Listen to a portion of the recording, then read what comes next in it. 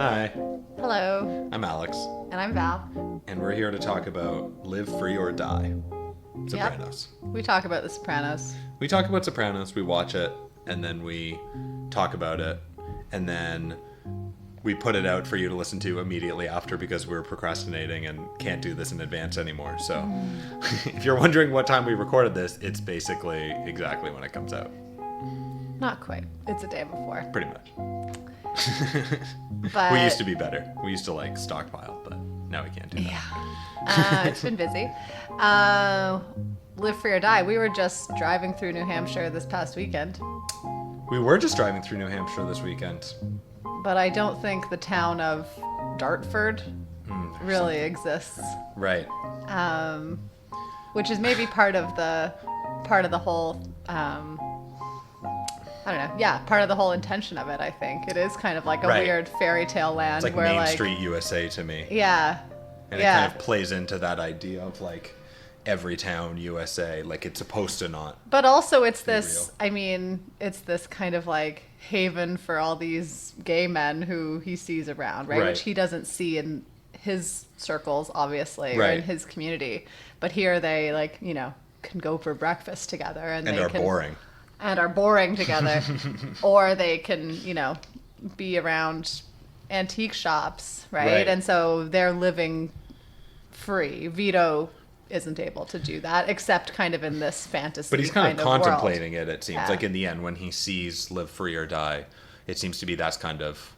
That's contemplation his for him. option. Well, Those are it's his so options. literal Yeah. for him at that Yeah. moment. I mean, basically, he can go back and die, and I think he recognizes that, or he can attempt to live free. Yeah. So he's kind of been forced into that situation. Yeah. It is interesting too, because for me, there's definitely a parallel between what Vito's going through and the fantasy that Tony had of being Kevin Finnerty, and I feel like the two characters are kind of tied together, and Vito's going through his own kind of fantastical journey right now, even though it's just New Hampshire. Well, it's interesting, like, the fact that we kind of like that the show starts to follow this journey of Vito at all. Yeah, Right? I know he kind of Because comes out of nowhere. He's not a central figure. Even, this season where they do start to focus on him a little bit more. Yeah, He's not one of our key characters. And so the fact that we kind of go on this journey with him and we have his point of view being in Dartford and, and his point of view quite literally when he like scopes out dudes' bodies, right. is an interesting choice for the show, I think. Totally, yeah. It's definitely, and I think it got some flack, I think, at the time because it does kind of come out of nowhere at such an important kind of climactic point of the entire series happening in the last season. I like it though because I think It's it's unexpected. I like it, but I think it also helps us to delve deeper into these issues of identity that have Definitely. been coming up all season. Definitely. And I think it's kind of almost like a case study in, who are you really?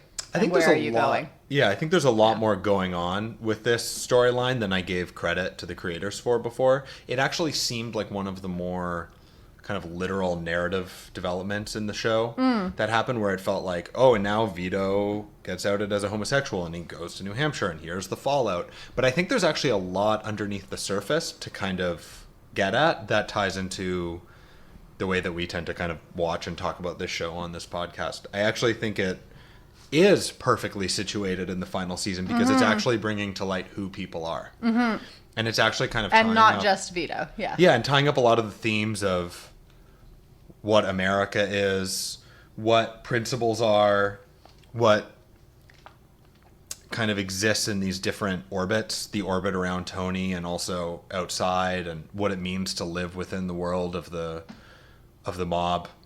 And also to escape it. So I actually think it's kind of perfect. And this episode in particular, while watching it this time, I was kind of blown away by how much actually is going on and just how clever the creators are.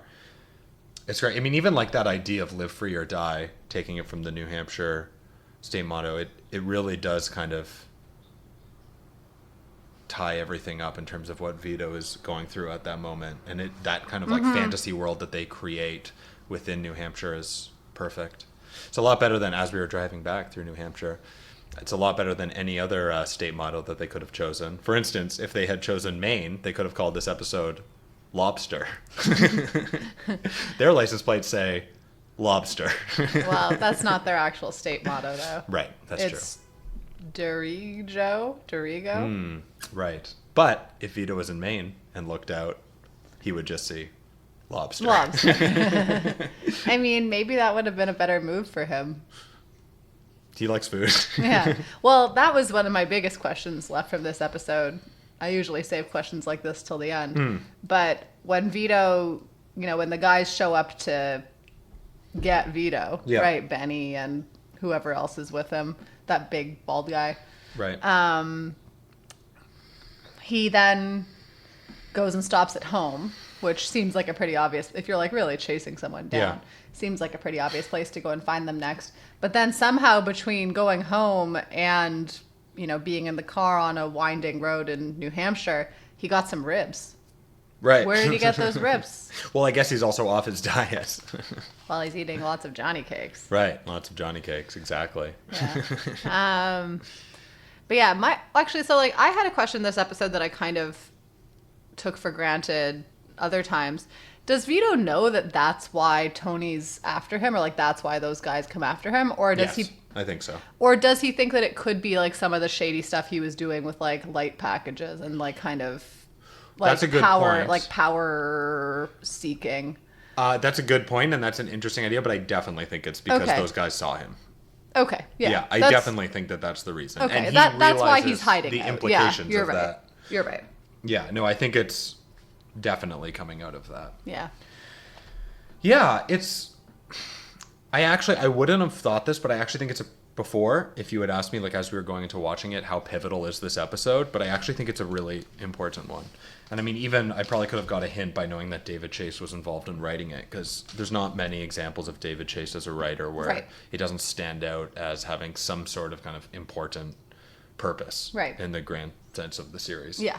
And this one kind of had everyone. It was Terrence Winter, Robin Green, Mitchell Burgess, David Chase. It's a pretty good team. Pretty good team. Tim Van Patten directing. Mm-hmm. Yeah. So I think there's a lot to get into. I'm not even exactly sure where to start, but near the beginning, one thing that I was thinking about was this idea of the interpretation of Vito being gay and how Tony kind of processes it and is dealing with the inner kind of conversation about how he needs to act on it, because I think it's reflective of the time. 2006, I think they said it was.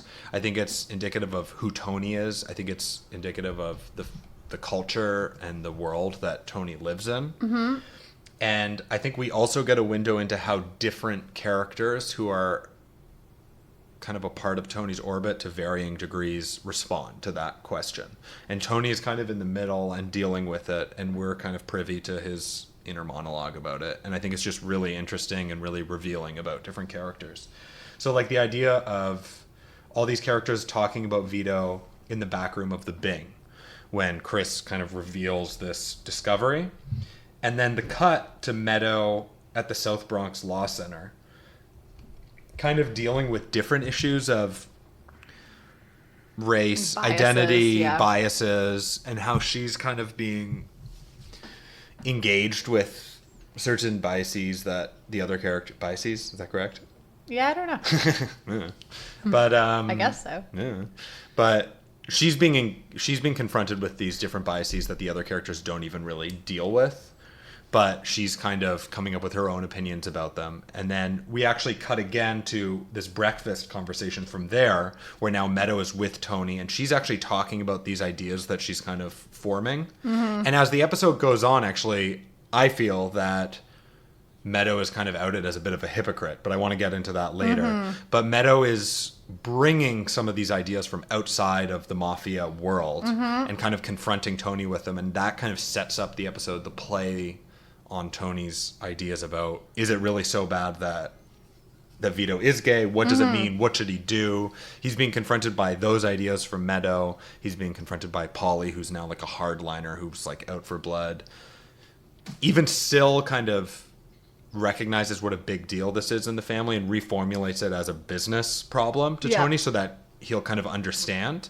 Yeah. So he gives it to him in a different way so that Tony could kind of come around. Yeah. So it's just a really interesting evolution for Tony and how he deals with Vito's sexuality and what he should do about it. And I thought it was a pretty like key theme in the episode. Yeah, well, I think we do have kind of these circles that we've been used to getting maybe like further infiltrated by the outside, like kind of like as the Soprano kids get older, as kind of, time passes, right? We have, with 9/11, for example, like we have kind of this infiltration of people's comfort zones, right? Where like they're being forced to grapple with things that have really like typically been outside of their comfort level. Yeah. So like the guys with Vito, although they do say like he's not the first guy, right? Like, and they talk about the whole like, prison thing. Yeah. Which is interesting, right? And again, like it also goes back to that hypocrisy. Like, is this okay in some scenarios and not in others? Yeah. We have, like you said, Meadow bringing in these different ideas. It's just like kind of being forced to look at issues from another perspective, and I don't think these characters are all that good at that.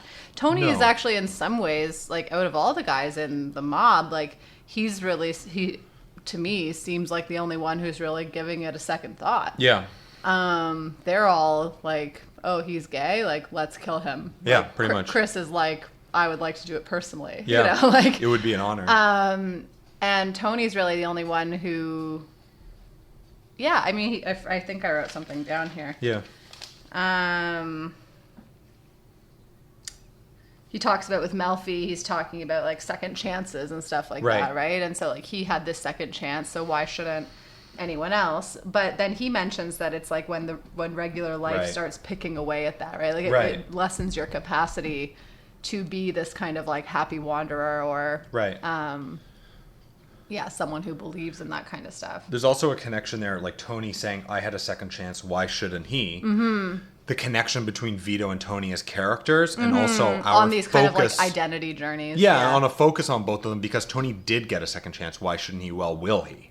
Because that's kind of the question that's being wrestled with. Like, does Vito get a second chance? And all signs are kind of pointing to, no, he shouldn't get a second chance. Mm-hmm. Whereas Tony is kind of in a situation where he has. Mm-hmm. And there's also just more reinforcement of connection between Tony and Vito in season 6A. Yes. Yep. Yeah. There's a lot, too. I mean, in terms of kind of following that thread of bias and culture. Mm-hmm. Even shortly after that breakfast scene with Meadow, after she was at the South Bronx Law Center, you have Chris and Tony asking Chris, like, do you think those guys were Al-Qaeda, referring to the people who had the gun deal going through?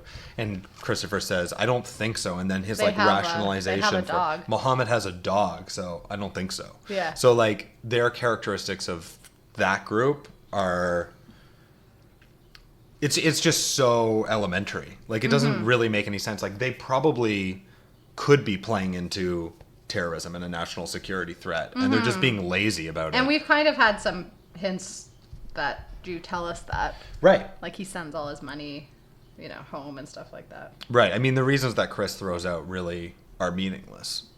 And that's something that Tony is ostensibly really interested in, is this like idea of being against terrorism, like having like that value. And I think that one thing that's really important in this episode is the idea of values and principles and what they mean. And I think that the way that the mob deals with Vito's sexuality kind of reveals what their morality and their principles are, which is fascinating because throughout the whole show the question is, do these people have any real principles or morality? It's set up in the very beginning that there's this code, it's falling apart, and that's kind of the setting for the whole show, but as time goes on, there's not much that they really stand for other than themselves and making money. But this does kind of seem to be a red line, this idea that Vito is gay. Like, that's probably like the most animated and the most caring we've seen these characters throughout almost the entire series. Like, it's a really big deal to them. Yeah. And I think that that's really fascinating. I mean, Carlo says it's a sin. So, I mean, first of all, the fact that they're like referencing Religion Catholicism and, throughout the episode, and talking about it as a sin, and talking about their principles and what is okay and what's not, is really interesting, because there's not that much that crosses the line for them. No, and like it's so. I mean, again, to go. Well, I'm sure we're going to talk more about hypocrisy, but it's like don't be gay is way less written about in the Bible than don't kill people. Right. Right. You know, like it's just kind of like, okay, sure, pick and choose. You know, like what suits you. But, right. Yeah, Tony's like, don't forget I'm a strong Catholic or whatever when he's with Melfi.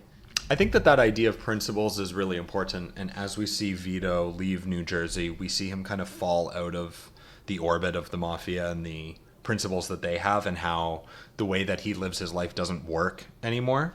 So for instance, like when he gets to the inn, the idea of him offering money, offering cash as a tip to the innkeeper who wouldn't accept it, is indicative of him. No, she said she takes cash. No, she takes cash, but she doesn't accept the tip. He's like, this is for you. Oh. And she doesn't take it. Right. And I think that that's kind of how everything operates in New Jersey around the family. People can be bought off, and yet there's a world outside of that we don't really see, where you can't buy people off. Yeah. And you can't just give them money and get what you want. Yeah. And what we're going to see is Vito kind of navigating through that world and seeing who he is when you strip that away from him, which is a really interesting idea, I think.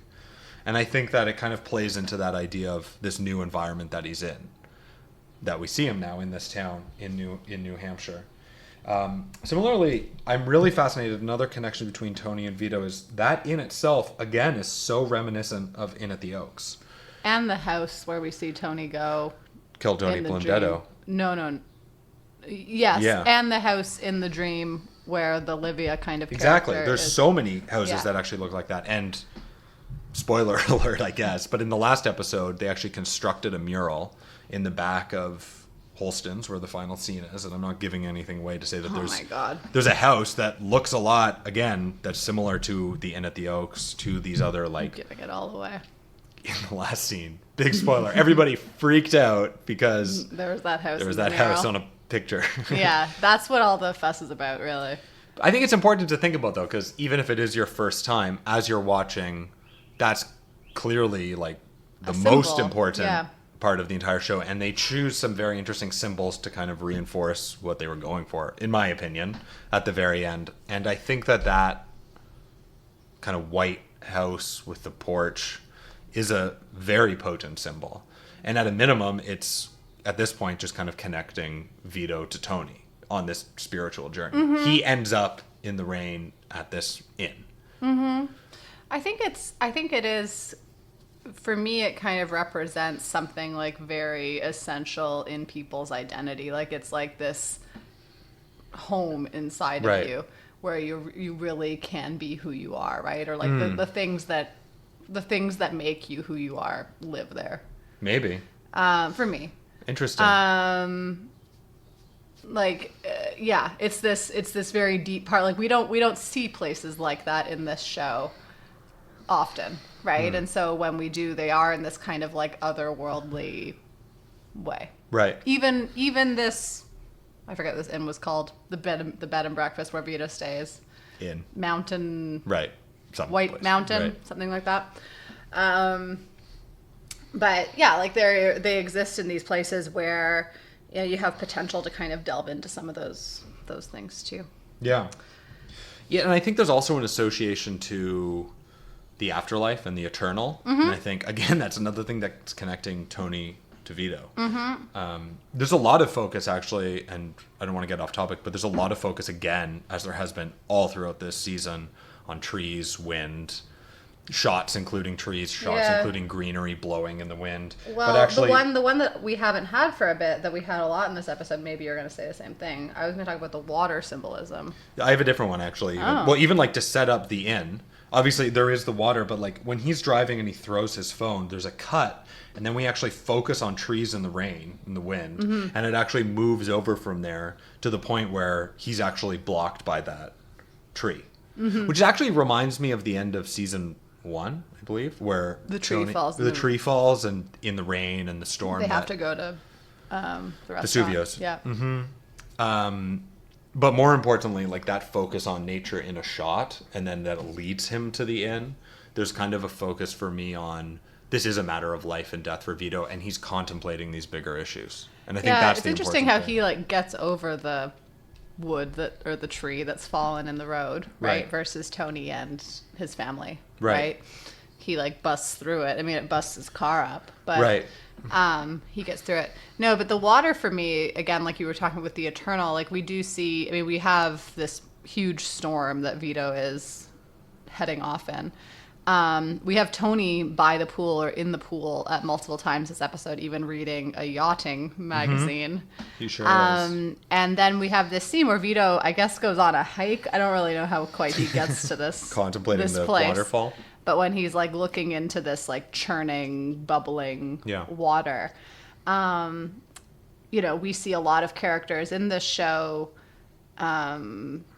taking showers, going in water, kind of this concept of like absolution or purity, maybe like baptism, like these kind of like purifying symbols. Yeah. And I think, I don't know, I saw that there. I mean, I think it's linked to what we were talking about with like eternity and the trees and the wind and stuff like that. But it is this kind of like, what is it that you can do to, I don't know, like to purify yourself or to like cleanse yourself of the things that have been in your past to kind of like have this go on and have this different identity or integrate your identity in with yourself. It's kind of like being born again, if we want to say it that way, the water symbolism. Well, think about, I mean, there's no shortage of like ablution-like symbolism in the show. I mean, going all the way back to like Vin Makazian. There's characters who are taking showers at pivotal moments in their arc. Yes. And I think that that's playing into Vito too. And this is a moment where there's potential for him to change who he is. Yeah. And I think that's kind of the crossroads that he's at. Yeah. Yeah, I think, okay, so one thing that I thought was really interesting was this idea too of kind of Main Street USA being kind of like representative of any town in the States, and the fact that it's completely outside of New Jersey, but there's a lot of kind of imagery that I just found a little bit interesting. Like, you have the construction worker actually, like, who Tony's talking to on the phone wearing this USA cap. It's a very kind of like picturesque US town for me. There's just kind of, there's something for me that's kind of reinforcing the Americanism that's being examined in this show. Like, what is America? Mm-hmm. What does it mean to be an American? What are the values of an American? What is it to live in America? Mm-hmm. There's multiple moments that I just thought were kind of interesting, and it was interesting for me to see Vito trying to incorporate himself into that kind of caricature of an American town that's not New Jersey, mm-hmm. that's outside of that world. And even, like the construction worker and Tony, like, this is kind of going more into the kind of like preconceptions and kind of like masculine ways of dealing with homosexuality, but the way that they're kind of going back and forth making gay insults against each other that Tony picks up, and ultimately the fact that Tony is aggressive to this guy means that, because he's like calling him gay, mm-hmm. he eventually doesn't get the phone and it gets crushed by the roller. But like, there's these two guys and he's wearing this USA cap, and they're kind of going back with this kind of like aggressive, macho, mm-hmm. anti-homosexual banter. Mm-hmm. There's something for me there in terms of like how these values live in America. And I think it's also related to the snapshots that we have of Muslims, mm-hmm. and these ideas of how are certain groups dealing with kind of like a harder time in the country, and how do certain people see that, mm-hmm. and how do some people not even think about it, mm-hmm. because I think certain people stay so kind of like isolated. Yeah, because I think that, for instance, like these issues confronting Muslims in, post 9/11 America aren't really even on Tony's radar. He doesn't even really care. And he's also come from a background where the ideas about homosexuality are so kind of reinforced and so strong. Yeah. And it's at a kind of turning point maybe for the country where Tony has some internal turmoil and he's thinking about it, but he's kind of oblivious to the other kind of groups that are being persecuted. And so for me, there is just this kind of question about how does America deal with these groups? Yeah. That's kind of getting into this episode. Well, I think it's interesting. Like in other viewings, had kind of questioned Agent Harris's role in this season, right? We like see him a couple times show up at Satrial's with this stomach bug. But it's the fact that like he's moved on from looking at mob related crime to looking at terrorism issues, right? And then we see that too, like again, kind of in this hypocrisy, right? Like that there's like when Meadow, for example, talks about this family whose son got just picked off the street by the FBI, right?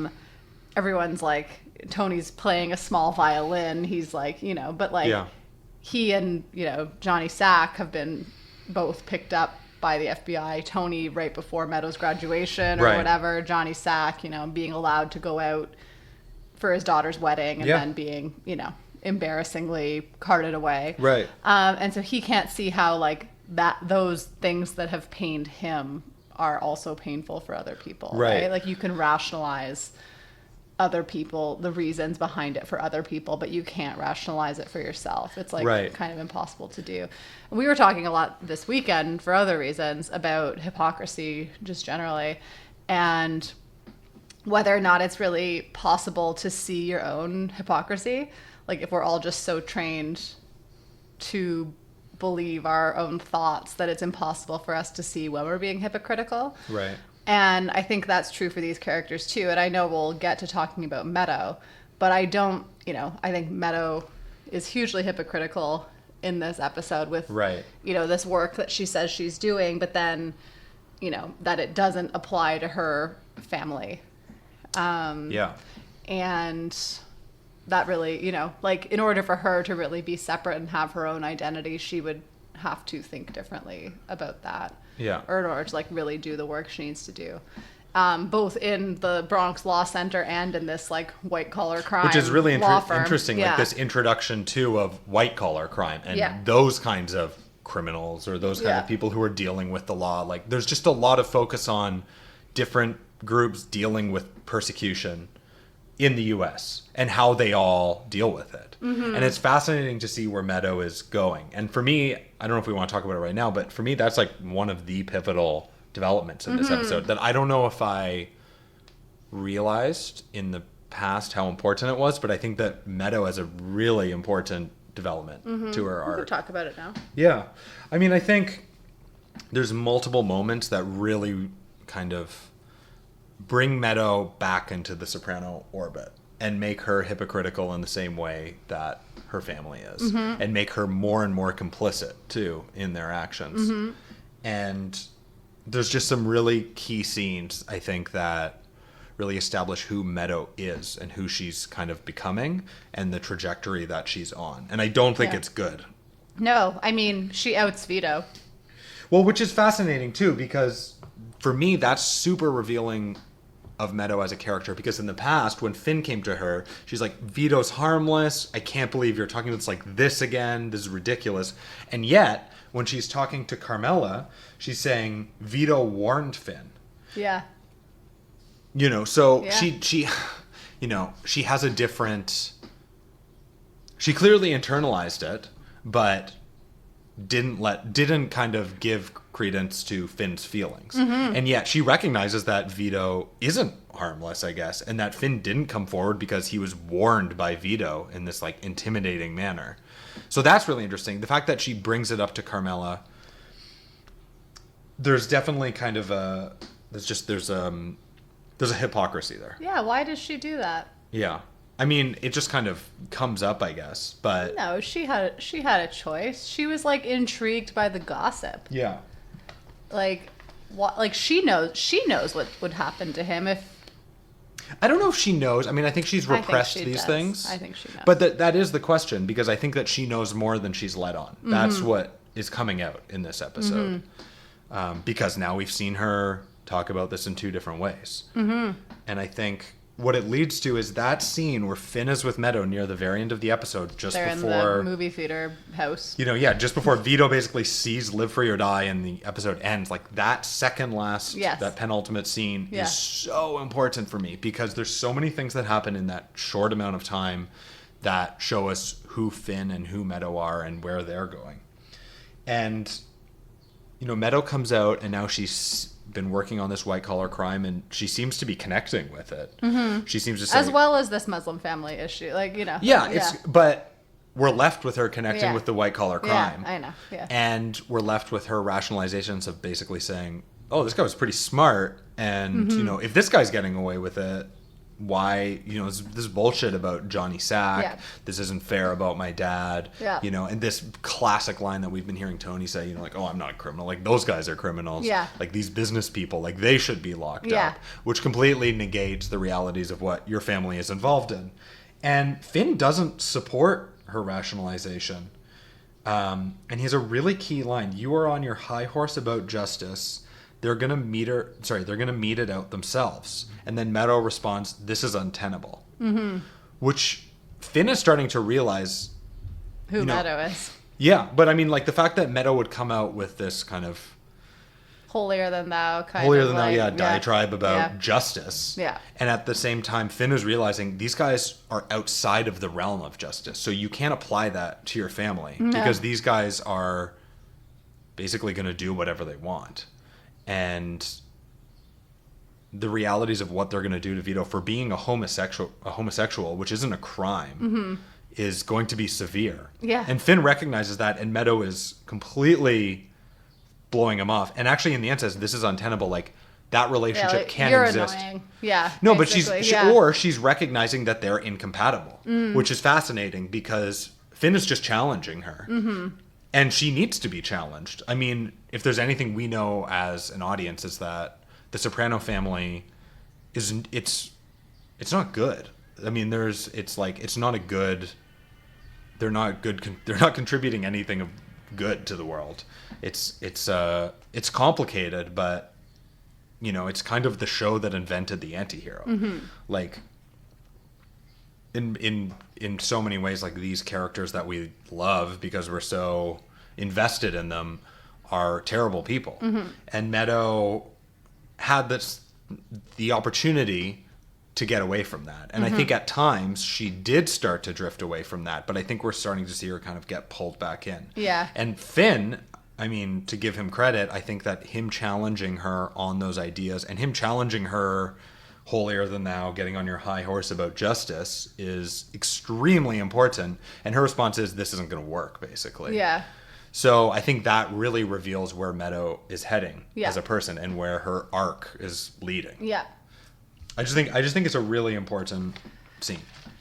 Yeah, no, me too. Because it also, like, for me, it also highlights the fact that, like, it is kind of untenable for there to be relationships kind of outside of this circle. Like, when we talk about second chances, when we talk about, like, like, who, like, when we ask questions like, who would Tony be if he wasn't in the mob? They're just kind of, again, like, fairy tale questions, right? Right. Like, no one's, like, they're not able to sustain relationships with people who are outside of that because of the, I don't know, principles or whatever you want to call them, morals that are within this community. They kind of like speak their own language, and like it's not compatible with the rest of the world and the way the rest of the world is changing and thinking at the time of this show. Right. Yeah. No, absolutely. So for me, it's a little disheartening about Meadow. I mean, I've been on the Meadow's a shitty character train the whole time. Not a shitty character, I shouldn't say that, but like I believed that Meadow, in her. That Meadow, yeah, just at that point, no, at Jackie Jr.'s death, I feel like not even like I believed in her. Like my reading of the show is that there's a time in her development where she is asserting her own kind of individuality, and there is potential for her as somebody to break out of this chain. Yep.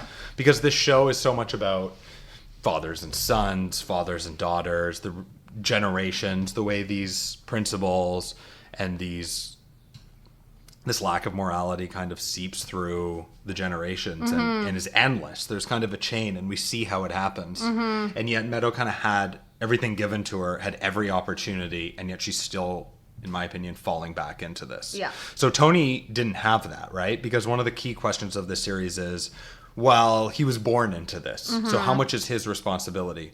Well, Meadow and AJ have been sheltered from this almost completely. And AJ, More so than Tony was, anyways. I mean, you can't be completely sheltered, but they've been brought up in a separate world than the mob world. Yeah. Whereas Tony didn't have that. Yeah. And I mean, AJ isn't really prominent in this episode, but I do want to talk a lot about him throughout this last season because I think he's a very important character.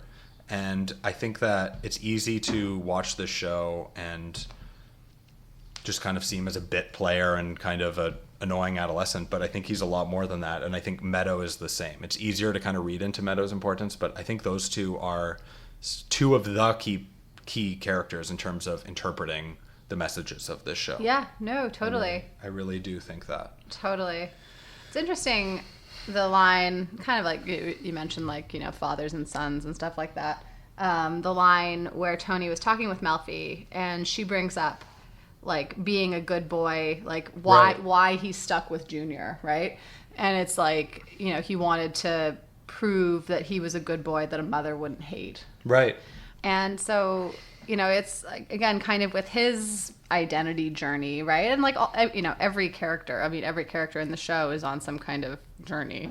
You know, how much they're cognizant of that journey about their identity or not is a question, but we do have a lot of characters who are, like, actively grappling with that. And so, like, what does being good look like in Soprano world looks like something very different from how it looks in the rest of the world, right? Like being a good boy for Olivia would look very different even than it does for Carmela or that it does for, like, anyone outside of the Soprano orbit. Totally. We see Carmela in this episode really grappling with her identity, right? Like, we've seen her a lot trying to establish herself as having this separate identity from the mob, right? Like, with her spec house and her real estate thing, and, you know, and we see her that really she's still just, I mean, she asks Tony twice in this episode, did you talk to the construction guys about having the permits or the license or whatever it is that they actually need? She's really tied. And we see her looking at Angie Bonpensiero this episode a lot, who, you know, has taken on, she's wearing this, like, leather jacket. She runs this, you know, Pussy's body shop. She's interacting with the other mob guys. I forget who's there in her office. Parisi and... Yeah, Patsy Parisi and Benny, I think. Yeah. So we see, like, Carmela, I mean, she doesn't say this outright at all, but she really does, you know, she's seeing how she's different, right? And kind of, again, like, she's tried so many things to kind of get herself out of the image that other people would have of her, right, as being this mob wife, and the image that she has of herself, and she's really tried to escape that, and she really can't. Right. At all, right? Like, even with the, you know, separation and things like that, we see her constantly being pulled back in. Totally. And the interesting thing, too, is that Angie doesn't really separate herself from that. No, she embraces it. Yeah, she embraces it, which is a very different thing. And it's interesting because, like, Rosalie says, you know, she was one of us. Now it's like she's one of them. Yeah. So, again, there's, like, this question of identity. So, I mean, how far has she really ventured out? She's basically just gone from being a mob wife to a mobster. Mm-hmm. And that's difficult for Carmela. Yeah, like, because can you do anything else besides that? Right. But I think that Carmela's reading it kind of the wrong way. Like, she sees her as being... I mean, it's hard to know her feelings. I'm sure it's complicated, but there's this kind of feeling that, like, oh, she's successful. Like, she's gone out on her own. We saw Carmela with the car, the Ferrari or whatever it was. Right. And that was, like, a point of contention between them. Like, that was difficult for Carmela because Angie had a better car. Yeah. But realistically, Angie has just embraced that tie to the family. Mm-hmm. She's basically just operating the same way Pussy did. Yeah. Yeah. Also, like that conversation where it's brought up by the mob wives that Vito and Marie separated, and Angie Bonpensiero is just not involved because she's on her phone. She has to leave. Yeah. She orders food. She has to get out of there. Yeah. So again, it's just really kind of establishing her as somebody who has a different identity than she used to. Yeah. And that's interesting too, to see how the identity can shift for these characters. Yeah. Even if it's seemingly large, but it's not. It's actually kind of a slight embracing of kind of, you know, your position to kind of lead you to a completely different identity. Interesting. Yeah, like I just feel like identity is such an important part of this episode. Like, it's interesting too, just like little details. Vito, you know, like the babysitter that he has, like the kind of like hypersexualization that they have of her, I thought, in the way that she is cast and actually shot, like from above, and like what she's wearing. And well, no, because it's I feel like it's like a caricature, right, of Sexy babysitter that Vito is projecting to people. It's a small detail of like Vito would choose to have this person to kind of hide his homosexuality. Right. It's a small detail. And same with having like a Gumar or whatever, right? Who he hasn't slept with in a year. Right. So there's also like, there's identity, but then there's also kind of the like veneer of identity. Yeah. Like you can project yourself a certain way that's not actually reflective of who you really are. Totally. And that question of your inner identity is such a key theme of this season. Yeah. What is your inner identity? And that's hard, and it's something that these main characters are really struggling with. Yeah. And they are constantly projecting themselves in whatever way they want. But I mean, that's untenable, right? Like, and you know, projecting yourself as something that you're not is not sustainable. Right. Right? Like, you know, and that's why I always, you know, I like Tony going to a therapist. Yeah. Right? Like kind of trying to reconcile or bring together these really varying parts of your identity, and really asking the question of like, well, who am I? Yeah. Because you can't keep up a facade forever. It's not possible. Totally. I mean, even like the way that this episode like is... Meadow. She can't keep up this facade of being like a good Sopranos character. Right. It's impossible. I wonder how Noah Tenenbaum's doing. Sure, he's doing great. Sure, he's doing great, yeah. Sure, he's fine. I feel like this episode is actually kind of framed from the very beginning as dealing with these issues of inner identity and being confronted with mortality and dealing with who you are in the most kind of like primal, important sense of like who you are at the end of your life, like how you would reflect on it. Like that first shot, actually, there's two trees that kind of frame Tony. We see Tony sitting, and we see behind him trees, and we see, again, wind blowing the leaves. And it's... The pool, water. Yeah, boat, by the pool. boat. Yeah, but there's just so many symbols that have been Boat established. magazine. But that's the first thing we see in this episode. And Tony is surrounded. He's literally framed by nature. And I feel like throughout this show, that represents kind of people having to come to grips with these bigger questions. And that's what Tony's doing. That's what Vito's doing. Yeah. Ultimately, everybody is doing that. Yeah, but it's hard to do that, right? Like, we even see, like, you know, Tony brings it up in his session with Melfi about, like, what does he say? It's the regular life picking away at you. Right. You know, the stuff you own, your kids and what they want. You know, we see him like that with the air conditioner, right? Like, he's, like, having this kind of, like, well, that's peaceful important, moment. actually. I think that, actually, that's an important moment. Like, Tony is literally putting his feet up, trying to read this yachting book. And that's actually something that comes back in this episode. Him putting his feet up. He also does it after he meets with Carlo. He puts his feet up in his reading and then still interrupts him. Right. So I think Tony is trying to relax, trying to be human, enjoy his time, put his feet up, and he can't. He's constantly being brought out of that by these issues that are confronting him. In the beginning, it's literally the wind, which is a symbol of all these things that we've been talking about. Later on, indirectly, the issue with Vito is distracting him from being able to even do that. Yeah. So every time he tries to literally put his feet up, he can't. Yeah. And I think that that's important. Yeah. And I think that the episode is set up with that, which is important to think about, because you could be watching the show and it's entertaining and there's like a kind of like base level of, oh, that's kind of humorous. Tony's reading a book and he's dealing with the air conditioner, like, wow, we all have to deal with that kind of mundane issue. Right. But I think that it's much more important than that. It's actually setting up Tony's conflict between trying to live this everyday life, trying to relax, and being brought out of it by these very important questions of identity. And I think that that's actually what plays into the whole episode. You know what I mean? Yeah. And I think even it's reinforced by coming back. There's a connection between that scene and a later scene. Yeah. And I think it's just really No, that is interesting. interesting. Like,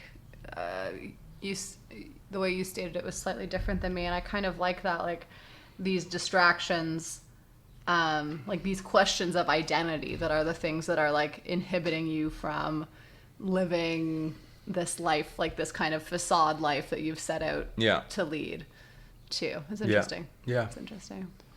I love this episode. I think it's amazing. And if you had asked me what the standout episodes of 6A were, I probably wouldn't have thought of this one. Live Free or Die? Live Free or Die.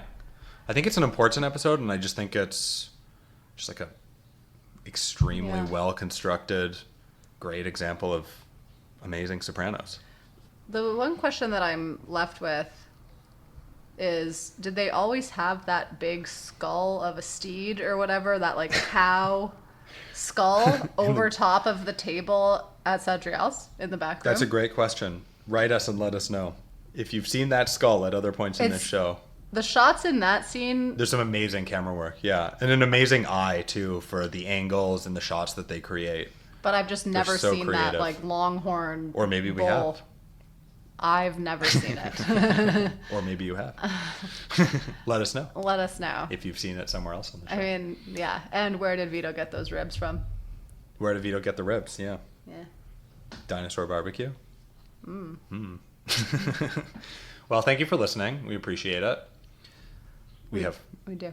We have fun doing this. We do. That's it. That's it. I think that's it. So thanks for listening. We'll be back hopefully on Monday. This week is particularly difficult, and it's possible that we're going to need to skip Monday and get back on Thursday. So if you're listening in real time, hopefully we'll be back on Monday, but if we're not, we're okay. No need to email us and ask if we're okay. You can email us. You can ask, but we'll be fine. Yeah. We'll be fine. We had my dad's wedding last weekend, and now this weekend time with my in-laws. So it's a really intense time. Mm-hmm. Yeah, amongst a lot of other things going on. So fitting in Sopranos is very important. We're making it happen. We actually kind of try to kill ourselves to put out episodes sometimes. We were gonna record hilarious. one last night starting at 12:30 when Alex got home. Right. Well, we were gonna start watching the show at 12:30 when I got back from my Yeah. gig, and then wake up early. But we're figuring out other ways. But it's not always easy. So Yeah. But we care about it. We care about it. We're gonna try and stay on schedule, but summer's hard. So if we're not here on Monday, we'll be back Thursday. Yeah. Okay. Talk to you soon. Bye. Bye.